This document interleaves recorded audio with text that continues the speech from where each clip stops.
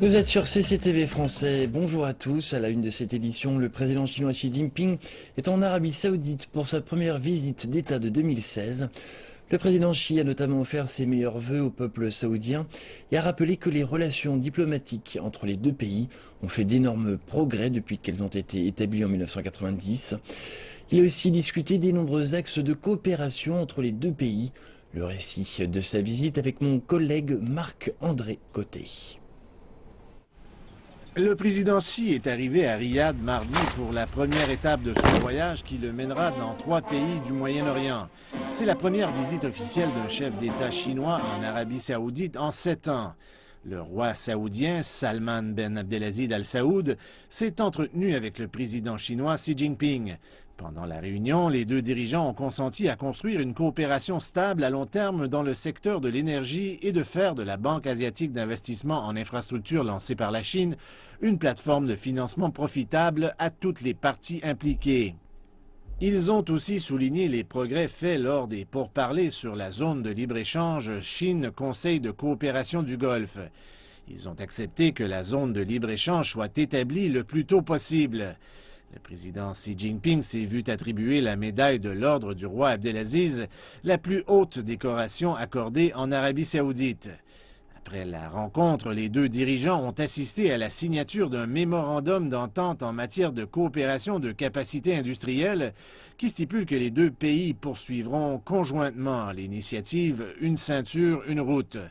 Une série d'accords de coopération a aussi été signée, couvrant des domaines comme l'énergie, les communications, l'environnement, la culture et la science et la technologie. Lors de son passage en Arabie saoudite, le président Xi Jinping a participé à plusieurs réunions.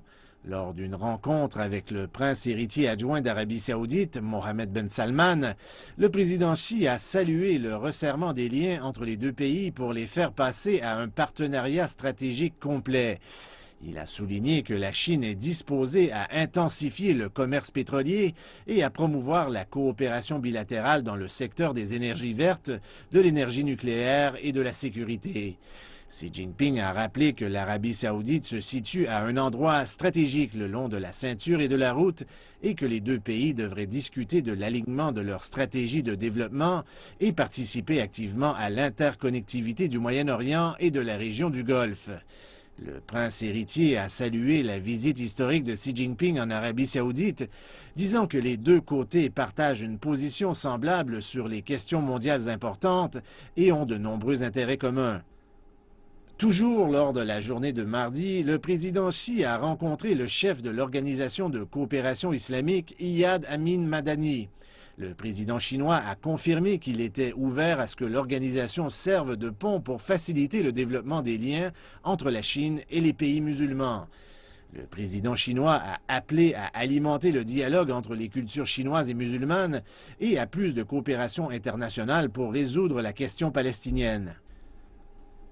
Le président Xi a aussi discuté avec le secrétaire général du Conseil de coopération des États arabes dans le Golfe, Abdulatif Ben Rachid Al Zayani.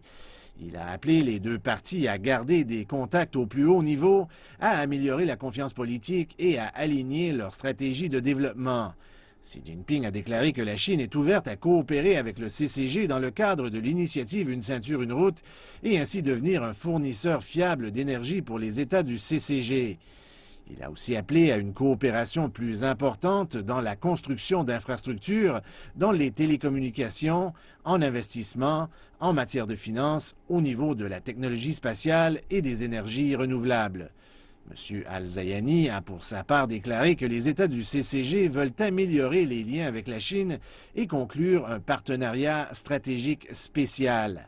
Il a dit que ces pays sont prêts à reprendre les négociations sur la zone de libre-échange de Chine-CCG.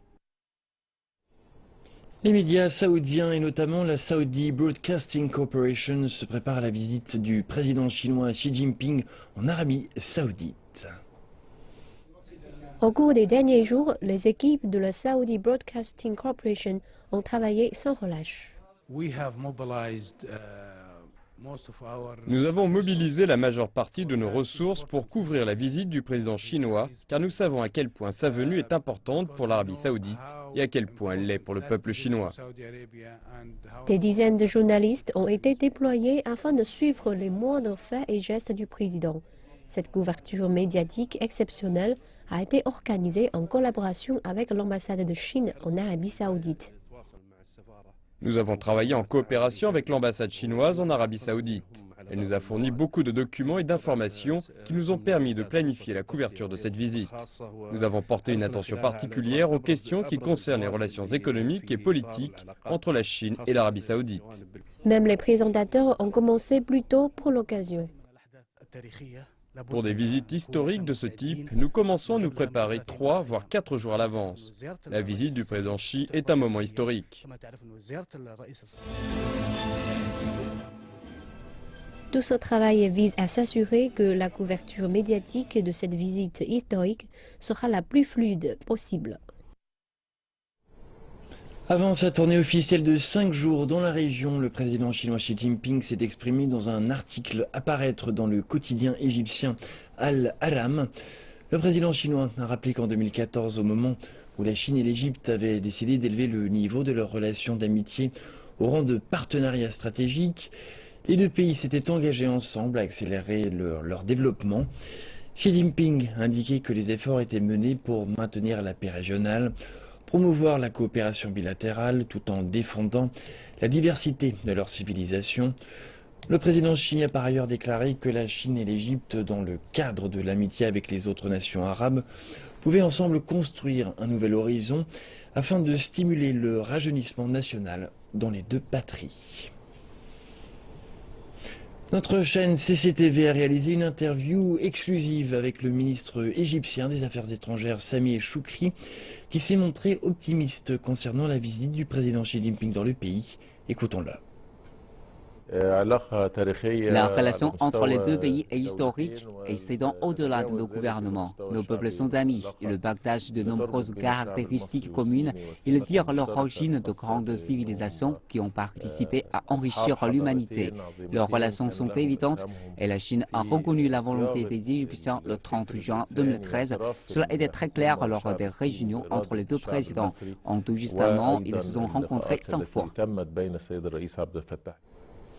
En Égypte, le canal de Suez est une composante essentielle de la route de la soie maritime qui facilite la circulation de la Chine au sud de l'Europe. L'agrandissement de cette voie maritime et les projets potentiels d'investissement figurent parmi les priorités de l'Égypte dans les discussions entre les dirigeants des deux pays. Depuis le mois d'août l'année dernière, quand le président Al-Sisi a inauguré le nouveau projet du canal de Suez, cette voie navigable essentielle est capable d'accueillir davantage de bateaux, mais aussi des navires de plus grande dimension. Mais le premier projet national du président Al-Sisi n'était que le début d'un plus grand rêve égyptien qui devrait faire revivre les berges désertes du canal. Le Caire croit que ces projets cadrent parfaitement avec les projets de commerce international de la Chine. Le président Xi Jinping a livré un important message dans le cadre du projet Une ceinture, une route pour relancer la route de la soie en 2013. Et en 2014, l'Égypte a décidé de creuser le canal. Le pays a terminé le projet en un an. Le projet de développement du canal de Suez représente une véritable planche de salut pour l'économie de l'Égypte. Des zones de commerce et d'échange seront aménagées pour faire de l'Égypte une plaque tournante dans la région. La route débute dans les ports chinois. Il faut qu'il y ait un point d'arrivée. En reliant ces deux pôles, c'est une opportunité qui permettra au monde, et particulièrement aux Chinois, de venir et de nous envoyer leurs produits pour être transformés ou assemblés. L'utilisation de cette zone stratégique permettra d'atteindre les marchés importants en Europe, en Afrique et au Moyen-Orient. C'est une vision que la Chine avait déjà commencé à mettre en place avant la dernière expansion du canal de Suez. Une zone industrielle chinoise est déjà en construction et devrait pouvoir accueillir environ 200 usines. L'Égypte ne pourrait être plus satisfaite de la renaissance de la route de la soie maritime. Et lors de la rencontre du président chinois avec son homologue égyptien, il sera amplement question de ce projet économique qui tient à cœur au président Al-Sisi. Et on passe sans plus tarder à aujourd'hui la Chine. Bonjour Aïssa. Bonjour Yves. Et bien que nous réserve cette deuxième partie d'édition? On va débuter tout d'abord avec l'économie européenne. Des attaques terroristes, une crise des réfugiés et une reprise économique qui refuse de prendre de l'élan. Voici quelques-uns des défis auxquels l'Europe est confrontée et la raison pour laquelle, une nouvelle fois, l'Europe sera au centre des attentions pour le Forum économique mondial. Comme chaque année, le Forum économique de Davos aborde les grandes questions qui semblent souvent loin de l'atmosphère des soirées cocktails et des randonnées en ski. Mais une question inévitable s'est imposée depuis la crise de la zone euro de 2009. L'Europe, qui n'est plus sous la menace d'une ruine financière, agit toujours comme un frein à toute réelle reprise économique mondiale. L'économie européenne connaît une reprise, mais recommence encore à faiblir après avoir atteint un pic de 1,5% de croissance l'année dernière. C'est beaucoup trop lent et reste un problème, donc cela signifie que l'Europe n'arrive pas à faire que sa croissance dépasse les 2%. Et cela est probablement également dû au manque de réformes structurelles. Mais avec plusieurs attaques terroristes ayant eu lieu en France l'année dernière, liées au groupe extrémiste État islamique en Syrie et en Irak, ainsi que l'afflux de réfugiés, ce n'est pas seulement sur l'économie que l'Europe et le monde doivent s'inquiéter. Je pense que la communauté internationale sera davantage concernée par la géopolitique concernant l'Europe et comment elle affecte l'Europe. Par exemple, la crise des réfugiés plutôt que par l'économie. En réponse à la crise des migrants et des attaques terroristes, la moitié des pays européens ont d'ores et déjà réintroduit des contrôles aux frontières dans ce qui est normalement la zone de libre circulation de Schengen. On craint que Schengen ne soit soumis à une énorme pression avec tous les effets que cela pourrait avoir sur l'économie, la libre circulation des personnes et des marchandises, mais également en général sur l'Union européenne, sur les affaires de l'Union européenne. Les solutions demeurent illusoires car la plupart des États membres de l'UE continuent d'agir selon ce qu'ils considèrent être leurs intérêts nationaux plutôt que le bien commun du bloc. Le Premier ministre britannique David Cameron sera de nouveau présent cette année pour discuter du référendum qui aura lieu prochainement dans son pays et qui portera sur la question de savoir si la Grande-Bretagne restera dans l'Union européenne ou non. Une nouvelle fois, il y aura beaucoup de discussions ici à Davos, afin de savoir si cette année, finalement, l'Union européenne, toujours divisée, pourra s'unir afin d'empêcher de nouveaux chocs imprévus. Le Fonds monétaire international a averti des risques substantiels pesant sur les principales économies émergentes alors qu'il a procédé à un abaissement de ses perspectives pour la croissance économique mondiale en 2016. Le FMI a déclaré qu'il s'attendait à ce que la croissance économique mondiale augmente de 3,4% cette année. C'est 0,2 points de pourcentage de moins que ce qu'il avait prédit en octobre. Le Fonds monétaire maintient ses prévisions de croissance pour l'économie chinoise à 6,3%, ce qui est plus faible que les 6,9% de l'année précédente. Il a expliqué qu'il conservait sa confiance dans la capacité de Beijing à se diriger vers une économie davantage stimulée par la consommation intérieure et à moderniser son secteur financier. Mais le FMI s'attend à ce que le ralentissement de la croissance chinoise continue jusqu'en 2017. Et les investissements chinois directs à l'étranger ont dépassé les investissements directs étrangers en décembre. Plus de détails. Les investissements chinois directs à l'étranger ont progressé de 6,1% sur une base annualisée en décembre pour atteindre 86,5 milliards de yuan ou l'équivalent de 13 milliards de dollars américains. Pendant ce temps, les investissements directs étrangers en Chine ont baissé de 5,8% pour s'établir à 77 milliards de yuan, soit environ 11,7 milliards de dollars pour la même période. Pendant toute l'année, les investissements directs étrangers en Chine se sont élevés à 166 milliards de dollars, une augmentation de plus de 6% sur une base annualisée. Le ministère chinois du Commerce a expliqué que c'est l'application de réformes qui est responsable de la situation. Les entreprises étrangères établies dans les zones de libre-échange de la côte est de la Chine ont aussi enregistré de bonnes performances. Les zones de libre-échange de Shanghai et de Guangdong ont assisté à une augmentation des rentrées de capitaux. Et la baisse des normes à Beijing pour l'investissement dans les compagnies de haute technologie a aussi porté ses fruits. Les compagnies financées par des capitaux étrangers sont impliquées dans environ la moitié des échanges commerciaux du pays et représentent environ le quart de sa capacité industrielle. La Chine compte bien tirer parti de son vaste marché de consommateurs grâce à une nouvelle réforme.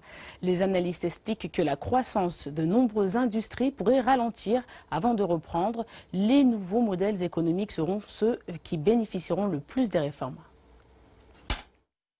La consommation contribue désormais pour plus de 60% des 6,9% de croissance du PIB. La réforme axée sur l'offre intervient à l'heure où l'économie chinoise connaît une nouvelle normalité, c'est-à-dire une croissance plus faible qu'auparavant, mais de meilleure qualité. Le marché de la consommation en Chine sera le théâtre de cette nouvelle réforme. La nouvelle locomotive de la consommation est étroitement liée à l'intégration de la consommation et à l'ajustement de la structure de la consommation. Les services qui font appel à la diversification, à la personnalisation et qui utilisent l'expérience sont les nouveaux moteurs de la consommation. La nouvelle tendance de consommation va pousser le développement d'une industrie manufacturière et améliorer les services industriels. C'est la raison pour laquelle nous avons mis en œuvre cette réforme.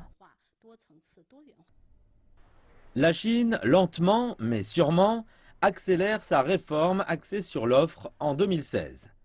Les experts disent que les nouveaux modèles économiques, comme le commerce électronique, sont en plein boom. Les industries émergentes et les nouveaux modèles économiques comme le e-commerce sont en plein boom. Les industries du détail en ligne ont connu une croissance de plus de 30% l'an dernier, ce qui a dépassé le rythme de croissance de toute l'industrie du détail. Les industries émergentes dans les villes côtières comme Shenzhen et Shanghai croissent à un rythme supérieur à 10%. La réforme a pour but de prendre à bras le corps les problèmes auxquels font face les produits chinois. Manque de variété, manque de qualité et manque de sécurité. Elle pourrait aussi réduire la différence de prix entre les produits proposés à l'étranger et en Chine. Parmi les statistiques économiques annuelles chinoises de 2015, les chiffres de l'emploi ont particulièrement attiré l'attention des experts dans la mesure où ces derniers sont restés stables malgré le ralentissement de l'activité. Les experts rappellent que l'année 2016 sera déterminante pour trouver l'équilibre entre la croissance et un taux de chômage bas. En 2015, le taux d'emploi urbain a connu une croissance rapide. En septembre dernier, le nombre de salariés urbains avait déjà dépassé le niveau annuel fixé par le gouvernement. Il est d'ores et déjà confirmé que le nombre total de nouveaux emplois créés en Chine est de 13 millions. Pendant ce temps-là, le taux de chômage reste à un niveau relativement bas. À la fin du troisième trimestre 2015, le taux de chômage urbain s'élevait seulement à 4%, soit en légère diminution de 0,2% selon une enquête officielle. Les destructions d'emplois au cours du second semestre 2015 ont été plus faibles qu'au cours du premier semestre de l'année. La Chine fait face à un vieillissement de sa population. Chaque année, la population active perd près de 4 millions de personnes. Ainsi, ce sont 4 millions d'emplois en moins que le marché du travail doit offrir chaque année.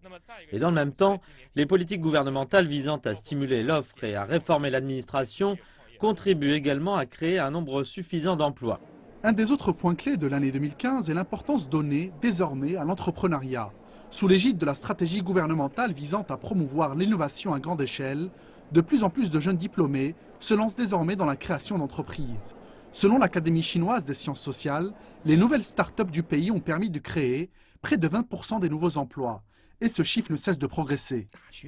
Aujourd'hui, ce sont près de 7% des jeunes diplômés qui décident de se lancer dans la création d'entreprises. Et le plus souvent, ils le font à travers le mouvement accompagnant l'innovation. Et il faut savoir que ce n'est qu'un début.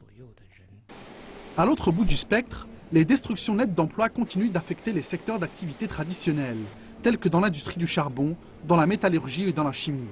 Ces derniers ont été touchés de plein fouet par la baisse des commandes gouvernementales. La plupart sont désormais en surcapacité et ont été contraints de mettre des dizaines de milliers de salariés au chômage technique.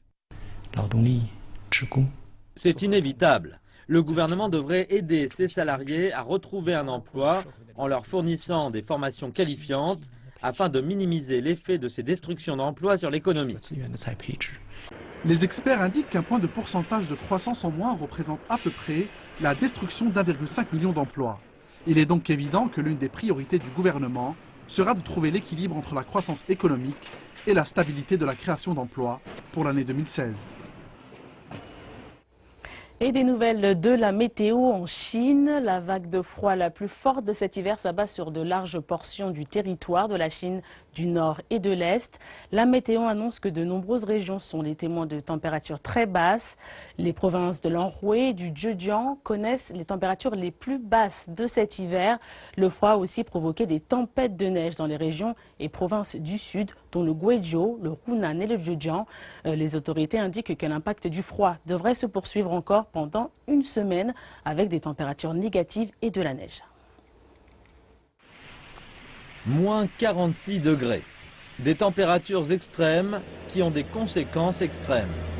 Un brouillard glaçant qui réduit la visibilité à moins de 50 mètres et des engelures qui peuvent se révéler très graves. La ville est connue pour être la plus froide du pays, mais cette fois, les températures ont brisé des records en raison d'une vague de froid qui s'est abattue sur le pays depuis mardi. La neige a effacé les routes, provoquant des accidents. Cette voiture est renversée. Je conduis jusqu'à Hororot. J'ai vu des voitures devant, mais je n'ai pas pu freiner et la voiture est partie vers un monticule de neige, puis elle s'est renversée. Et à Harbin, dans le Heilongjiang, la baisse soudaine des températures a provoqué l'explosion de tuyaux d'approvisionnement d'eau. Les ouvriers réparent les dégâts. Quelques heures après, le tuyau était réparé. Mais leurs uniformes et leurs chapeaux étaient complètement gelés. Le verglas et la pluie glacée se sont aussi abattus sur le sud, gelant les récoltes et les arbres. Pour 45 000 étudiants de l'Anhui, le mauvais temps a provoqué un début anticipé des vacances d'hiver. En raison des températures très basses et de la pluie et de la neige, nous avons anticipé nos vacances d'hiver. Afin d'assurer la sécurité des élèves, nos professeurs restent en contact avec les parents. Nous avons appelé les parents à faire attention à la sécurité de leurs enfants pendant les vacances. La vague de froid est la source de nombreux problèmes dans la vie de tous les jours. Même les danseurs de rue à Beijing ont dû se réfugier dans des hangars. Les autorités disent que l'impact du froid va se poursuivre pendant une semaine de plus. Alors, quel que soit l'endroit où vous vous trouvez, restez au chaud. Et c'est la fin d'aujourd'hui, la Chine. Retrouvons notre présentateur pour la fin de cette édition. C'est à vous. Eh bien, merci Raissa pour l'ensemble de ces éclaircissements. Et c'est donc la fin de cette édition. Merci de votre attention et à très bientôt sur CCTV Français.